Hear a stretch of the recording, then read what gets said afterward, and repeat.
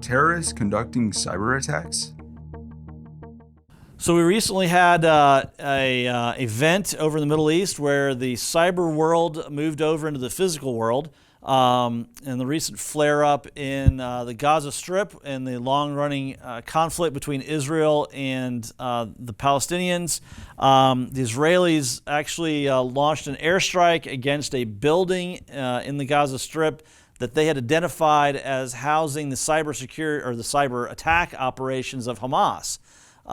So I'm not sure this has ever happened before where we've actually got a direct physical attack on a cyber attack organization, but this has happened here in the news recently. This is interesting. I've had several prospects and a couple of clients ask me if we can't just go launch Tomahawks at these guys to keep them out of their corporate networks. It's a great thing to talk about, but obviously we can't really do that. But in this case, the Israeli military was able to get enough intelligence on this facility to go and attack it. This is really difficult to do. Most of the time, a cyber attack operation, they're going to launch those attacks from proxies. So they're not going to use their computers to launch an attack directly. That cyber attack organization is going to craft whatever the attack method is they're going to use. They're going to then leverage a botnet or some group of computers that they have access to and launch the attack from that in order to conceal their identities and who they are and where that attack is coming from.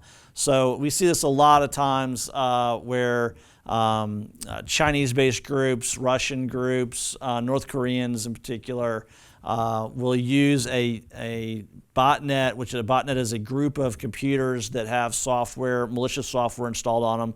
The users don't usually know that software is even there, but they'll use a US-based group of computers to launch an attack against a company or whatever their target is. So it doesn't look like it's coming from the country of origin.